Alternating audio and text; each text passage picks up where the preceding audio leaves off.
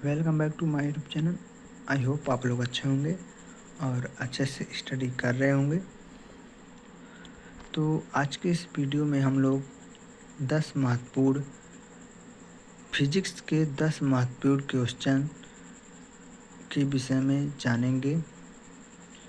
तो चलिए वीडियो को बिना देर किए हम शुरू करते हैं।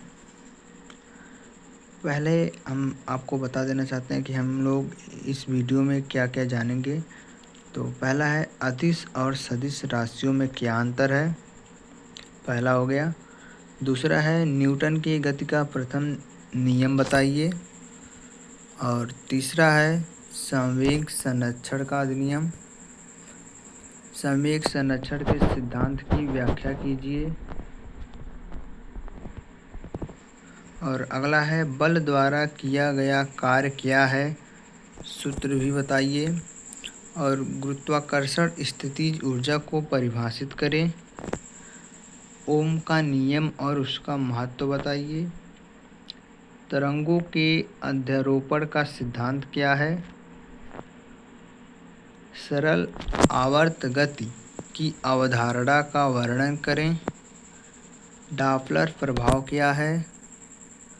परावर्तन और अपवर्तन के नियमों की व्याख्या कीजिए। तो ये हैं 10 महत्वपूर्ण क्वेश्चन फिजिक्स के। इन्हीं के बारे में इस वीडियो में हम लोग जानेंगे। तो चलिए शुरू करते हैं। पहला है अदिश और सदिश राशियों में क्या अंतर है। तो अदिश राशियों में केवल परिमाण होता है, जैसे द्रव्यमान, तापमान। यानी कि अदिश राशियों में केवल परिमाण होता है, इसमें दिशा नहीं होता है, ठीक।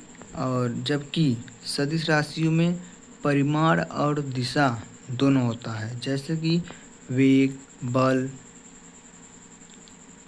अगला है न्यूटन के गति का प्रथम नियम क्या है। तो आपका उत्तर होगा न्यूटन का पहला नियम कहता है कि स्थिर वस्तु स्थिर ही रहती है तथा गतिशील वस्तु एक समान गति में रहती है जब तक कि उस पर कोई बाह्य बल न लगाया जाए। यानी कि यदि कोई वस्तु स्थिर अवस्था में है तो वह स्थिर ही रहेगी, और यदि कोई वस्तु गतिशील अवस्था में है तो वह गतिशील ही रहेगी जब तक कि उस पर कोई बाह्य बल न लगाया जाए। तो ये है न्यूटन के गति का प्रथम नियम। अगला है संवेग संरक्षण के सिद्धांत की व्याख्या।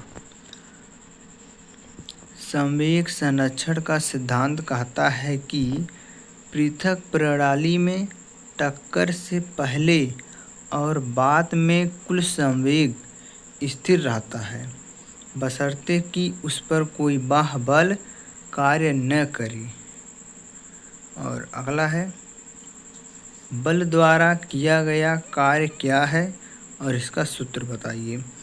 यानी कि देखते हैं आगे। किया गया कार्य वह ऊर्जा है जो किसी वस्तु को किसी दूरी तक बल द्वारा गति कराने पर स्थानांतरित होता है।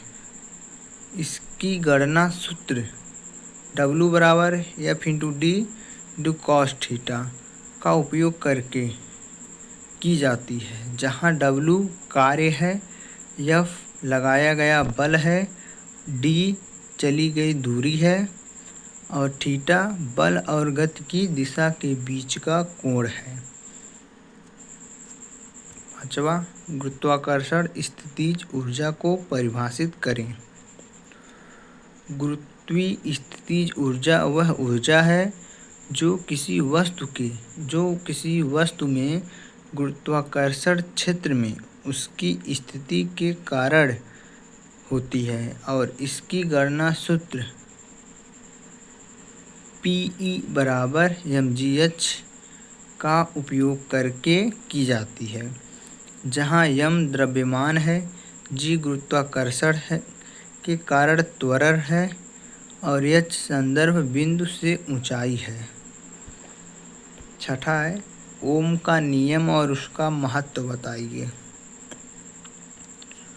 ओम का नियम कहता है कि किसी चालक से दो बिंदुओं के बीच प्रवाहित धारा उन दोनों बिंदुओं के बीच वोल्टेज के समानुपाती होती है, जिसे V बराबर I इंटू R द्वारा व्यक्त किया जाता है, जहाँ V वोल्टेज है, I धारा है और R प्रतिरोध है।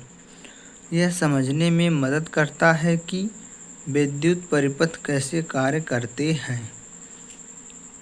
7वां है, तरंगों के अध्यारोपण का सिद्धांत क्या है। अध्यारोपण का सिद्धांत कहता है कि जब दो या दो से अधिक तरंगें अंतरिक्ष में अतिव्याप्त होती हैं, तो किसी भी बिंदु पर परिणामी विस्थापन व्यक्तिगत तरंगों के विस्थापनों के योग के बराबर होता है। 8वां है, सरल आवर्त गति की अवधारणा का वर्णन करना। सरल आवर्त गति एक प्रकार की आवृत्ति गति है जिसमें कोई वस्तु एक संतुलन स्थिति के चारों ओर आगे पीछे गति करती है। हुक के नियम अनुसार इस गति की विशेषता संतुलन स्थिति से विस्थापन के समानुपाती प्रत्यानयन बल है। 9वां है, डॉपलर प्रभाव क्या है।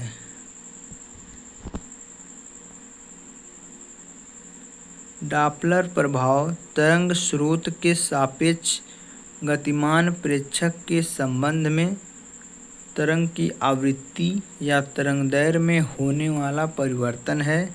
यह आमतौर पर ध्वनि तरंगों में तब देखा जाता है जब ध्वनि स्रोत प्रेक्षक के पास आता है या उससे दूर जाता है।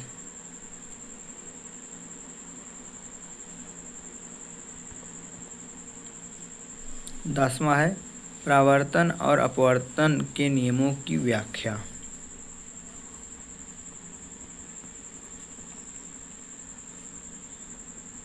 परावर्तन के नियम पहला है, आपतन कोण परावर्तन कोण के बराबर होता है, क्योंकि आपतन कोण परावर्तन कोण के बराबर होता है। और दूसरा है, आपतित किरण परावर्तित किरण और आपतन बिंदु पर खींचा गया अभिलंब तीनों एक ही तल में स्थित होते हैं। तो परावर्तन के दो नियम हैं जो हमने आपको बता दिया है, और अब अपवर्तन के दो नियम भी हैं, उसको भी जान लेते हैं। आपतन कोण की ज्या और अपवर्तन कोण की ज्या का अनुपात स्थिर होता है, जिसे स्नेल का नियम भी कहते हैं। दूसरा है, आपतित किरण अपवर्तित किरण तथा आपतन बिंदु पर सतह पर अभिलंब सभी एक ही तल में स्थित होते हैं। यानी कि और सरल भाषा में देख लेते हैं, आपतित किरण अपवर्तित किरण तथा आपतन बिंदु पर खींचा गया अभिलंब तीनों एक ही तल में स्थित होते हैं। तो आई होप आप लोगों को हमारा ये वीडियो अच्छा लगा होगा, और अच्छा लगा है तो सब्सक्राइब,